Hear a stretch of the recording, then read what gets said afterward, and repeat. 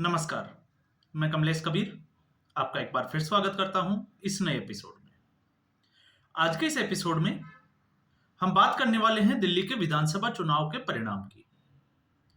दिल्ली का विधानसभा चुनाव परिणाम कल यानी 8 फरवरी पहले से तय था, लेकिन उस चुनाव परिणाम से पहले इस वक्त दो व्यक्ति बड़े डरे हुए हैं। एक अरविंद केजरीवाल और दूसरे मौलाना साजिद रशीदी।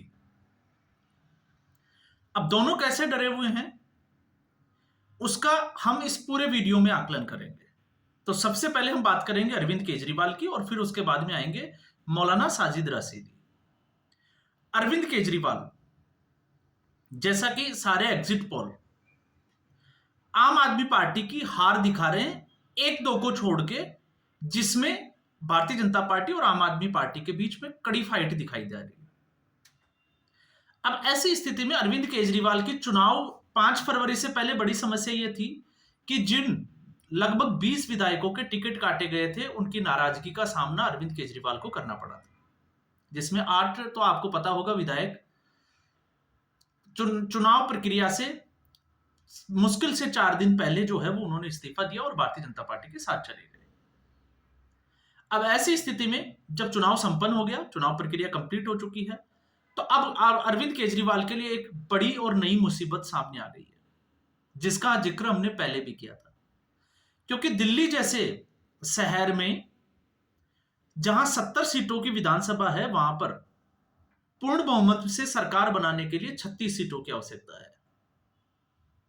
और ऐसा हम कह सकते हैं भारतीय जनता पार्टी के लिए। और अब परिस्थितियां बदल चुकी है, ना 2013 वाली बात है, ना 2015 और ना 2020। तो आज की स्थिति में, जैसे एक वीडियो में पहले मैंने बात की थी कि अरविंद केजरीवाल को अगर सरकार बनानी है तो लगभग 42 से ज्यादा सीटों की जरूरत है।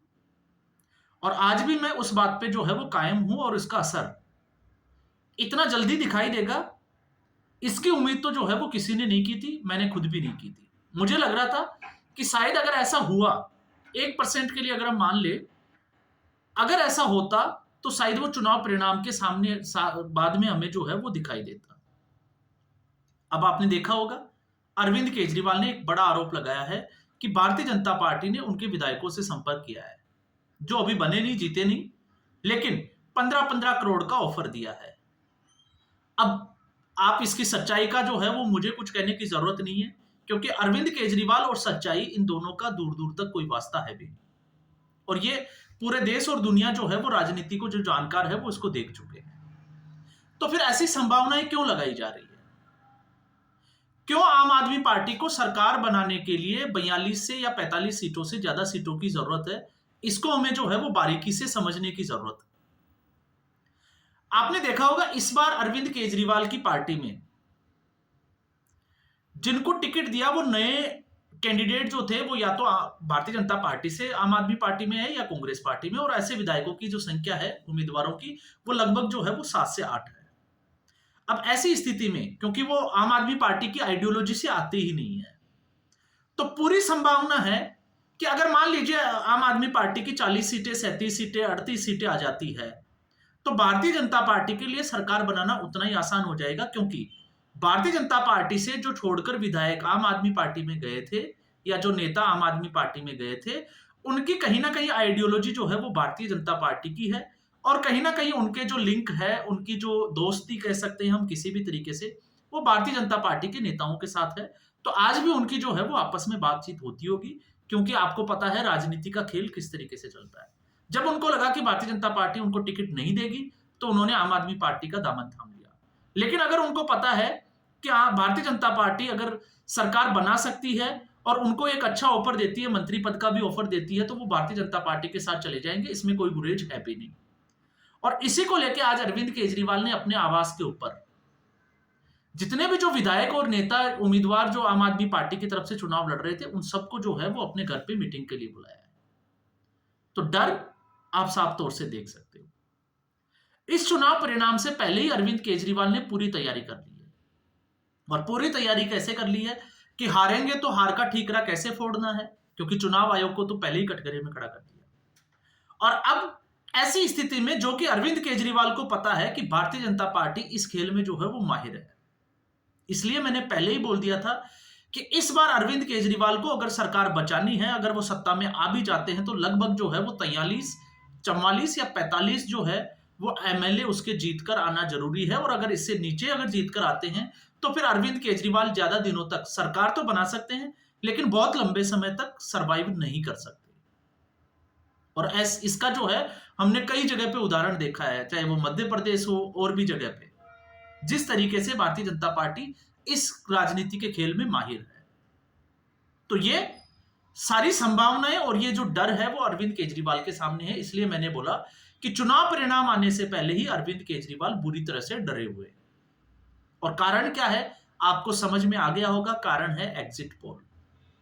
और सच्चाई जो है वो सामने आना शुरू भी हो गई है, क्योंकि ग्राउंड पे जो रिपोर्टिंग है वो यही कहती है कि अरविंद केजरीवाल सत्ता से सीधे तौर से इस खेल की जरूरत ही नहीं पड़ेगी, उससे पहले ही बाहर हो जाएंगे। लेकिन फिर भी अरविंद केजरीवाल एक बार लेके चल रहे हैं कि अगर कोई चमत्कारिक परिणाम आ जाता है और आम आदमी पार्टी की 36-40 सीट अगर आ भी जाती है, तो फिर वो सरकार को कैसे बचाए। तो इसके लिए पहले ही जो है वो मोर्चाबंदी करना अरविंद केजरीवाल ने शुरू कर दी है।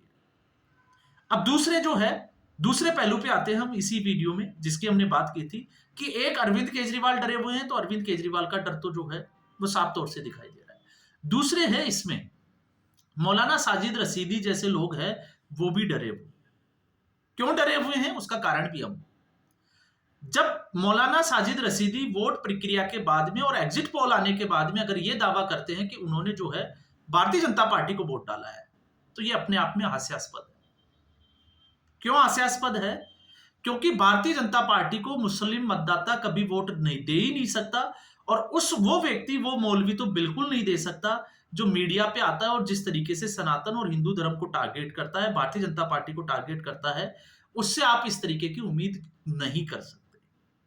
तो फिर सवाल खड़ा यह हो जाता है कि आखिर इस मौलाना ने इस तरीके का स्टेटमेंट क्यों दिया कि उसने वोट भारतीय जनता पार्टी को दिया है। तो आप इसको समझ लीजिएगा। समझना इसलिए जरूरी हो जाता है क्योंकि मुस्लिम मतदाता की एक मानसिकता रही है कि जब सरकार के लिए वोट पड़ता है तब तब वो भारतीय जनता पार्टी के खिलाफ खड़ी होती है। जैसे उत्तर प्रदेश विधानसभा का चुनाव, उत्तर प्रदेश विधानसभा का जब चुनाव हुआ तो पूरे मुस्लिम मतदाता जो है वो लगभग जो वो योगी आदित्यनाथ के खिलाफ खड़े थे। तो उन्होंने साथ दिया अखिलेश यादव और कांग्रेस पार्टी का, क्योंकि कांग्रेस पार्टी वैसे भी मुस्लिम तुष्टीकरण की राजनीति जो है वो आजादी के बाद से ही करती है। अब मुस्लिम मतदाताओं की नजर रहती है कि आखिर भारतीय जनता पार्टी को हरा कौन सकता है। तो आपने देखा उत्तर प्रदेश में जब लोकसभा के चुनाव आए तो सारा मुस्लिम मतदाता जो है वो कांग्रेस पार्टी का हाथ छोड़कर अखिलेश यादव के साथ चला गया। ठीक ऐसे ही जब आप सरकार की बात करते हैं तो दिल्ली या किसी भी राज्य की आप बात करके देख लीजिए, चाहे अभी हम जम्मू कश्मीर की बात करें तो जम्मू कश्मीर में जिस तरीके से कश्मीर घाटी से भारतीय जनता पार्टी को सिर्फ 3% वोट मिले, और महाराष्ट्र में तो इमामों ने जो है वो खुले तौर से फतवे जारी कर दिए थे।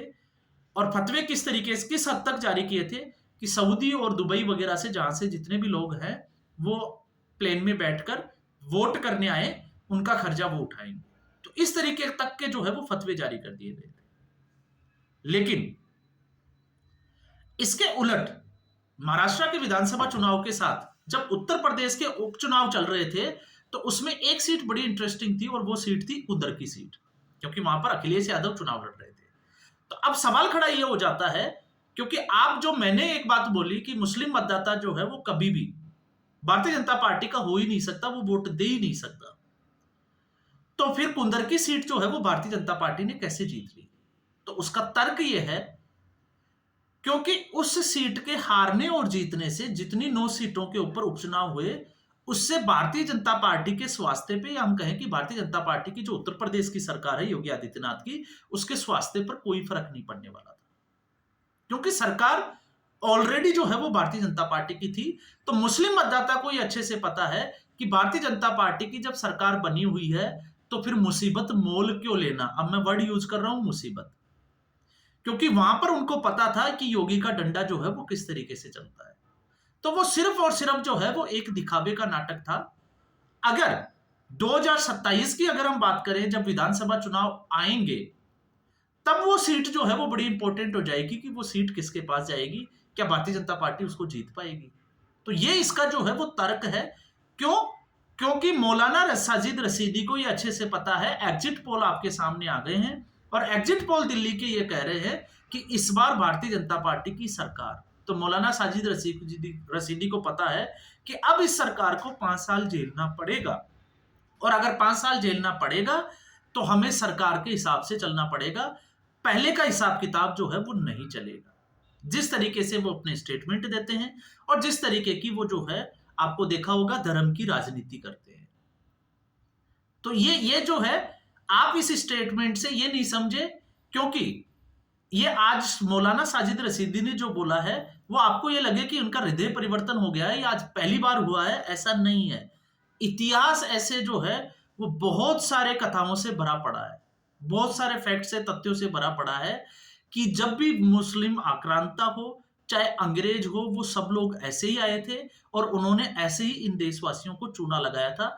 आपको ये विश्वास दिलाया था कि वो आपके साथ खड़े हैं, वो आपसे जो है वो भाईचारा चाहते हैं, वो आपको गंगा जमुना तहजीब की बात करेंगे, आपको जो है वो पिघलाएंगे, आपके इमोशंस का फायदा उठाएंगे और फिर कब गला काटेंगे वो अगर आपको पूछना है, पता करना है, तो फिर आपको उदयपुर का कन्हैयालाल जो है उसको पता याद करना बहुत जरूरी है।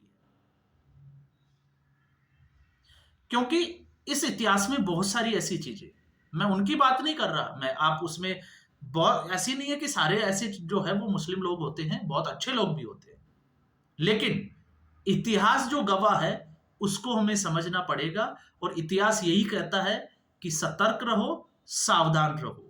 तो मौलाना साजिद साजिद रशीदी जो है वो सिर्फ और सिर्फ डर की वजह से ऐसा स्टेटमेंट दे रहे हैं कि मुस्लिम मतदाता भारतीय जनता पार्टी से डरे हुए नहीं है, वो भारतीय जनता पार्टी को वोट कर रहे हैं और मैंने भारतीय जनता पार्टी को वोट किया है। अगर मौलाना साजिद रशीदी का हृदय इतना ही परिवर्तन हो गया था तो आज से पहले जिस वक्त ये स्टेटमेंट दिया गया उसके 2 दिन पहले, चुनाव प्रचार खत्म होने से पहले, क्या साजिद रशीदी ये बोल सकते थे कि मैं भारतीय जनता पार्टी को वोट दूंगा और सभी मुसलमानों से आह्वान करता हूं कि वो भारतीय जनता पार्टी को वोट दे? लेकिन उस वक्त नहीं, चुनाव चल रहा था उस वक्त भी नहीं, लेकिन जैसे ही एग्जिट पोल आए आंखें खुली। पर आंखें खुलते ही आपको पता चल गया होगा, मौलाना साजिद रशीदी को पता चल गया कि अब 5 साल के लिए बीजेपी। तो क्यों नहीं मैं इस तरीके का स्टेटमेंट दूं और इससे मैं बीजेपी के नेताओं के करीब चला जाऊं और 5 साल जो है वो मुझे मुसीबतों का सामना नहीं करना पड़े। ये सिर्फ और सिर्फ जो है वो उसी की तरफ इशारा करता है। वरना आप पिछला ही चुनाव आप उठा के देख लीजिए कि जहां मुस्लिम बाहुल्य क्षेत्र है, क्योंकि 2 सीटों पर 50% से ज्यादा मुस्लिम आबादी है। सीलमपुर आपको पता ही होगा, जहां पे राहुल गांधी ने अपनी कैंपेनिंग की थी, और पिछले चुनाव में लगभग सभी सीटों के ऊपर आम आदमी पार्टी ने जीत हासिल की थी। तो अब अचानक जो है वो भारतीय जनता पार्टी की याद कैसे आई? लोकसभा में तो नहीं आई, जम्मू कश्मीर के जो चुनाव हुए उसमें भी नहीं आई, महाराष्ट्र के चुनाव में भी नहीं आई, लेकिन दिल्ली के चुनाव के एग्जिट पोल के बाद में अचानक से ये ऐसा क्यों हुआ? तो आप अंदाजा लगा सकते हैं, ये सिर्फ और सिर्फ जो है वो डर है। इस बार जो है वो उनको लग रहा है कि इस बार जो है वो मामला गड़बड़ है, हिंदू जाग रहा है, हिंदू एक तरफा हो रहा है और ये इसी का परिणाम है। और अगर ऐसे रहेंगे तो ये आप देखिएगा ऐसे ही स्टेटमेंट आना शुरू हो जाएंगे, लेकिन जैसे ही हिंदू कमजोर पड़ेगा फिर इनके आप स्टेटमेंट उठा के देखिए कि इनकी जो है वो जबान किस तरीके से बदल जाती है। तो यहां पर इसलिए मैंने कहा कि इस चुनाव परिणाम से पहले 2 ही व्यक्ति डरे हुए हैं, एक अरविंद केजरीवाल, और अरविंद केजरीवाल का डर जो है वो साफ तौर से हर कोई समझ सकता है कि अरविंद केजरीवाल को 7 से 8 जो विधायक वो जो नए आके ज्वाइन किए हैं दूसरी पार्टियों से जो आए हैं उनके टूटने के पूरे आसार है, क्योंकि उसमें भारतीय जनता पार्टी को ज्यादा मेहनत नहीं करनी पड़ेगी। तो अगर ऐसी स्थिति में 36 में अगर 7 भी अगर हम जोड़ देते हैं तो फिर आम आदमी पार्टी को सरकार चलाने के लिए 43 से ऊपर सीटें चाहिए, मान के चलिए 44 या 45। इसलिए मैंने उस वक्त दावे में कहा था कि चाहे आम आदमी पार्टी जो है वो 36 सीटें लिया है, लेकिन सरकार जो है वो भारतीय जनता पार्टी की ही होगी, सत्ता में भारतीय जनता पार्टी ही आएगी। फिर चाहे वो भले ही जो है वो 40 के आसपास जो है वो आम आदमी पार्टी आ जाए। ये मैं पहले ही जो है वो इसका जिक्र कर चुका हूं और अब वो चीजें जो है वो खुलकर सामने आने लगी है। तो आज के एपिसोड में बस इतना ही। उम्मीद करूंगा वीडियो एपिसोड आपको पसंद आया होगा। वीडियो को लाइक करें, शेयर करें, चैनल जरूर सब्सक्राइब करें। धन्यवाद।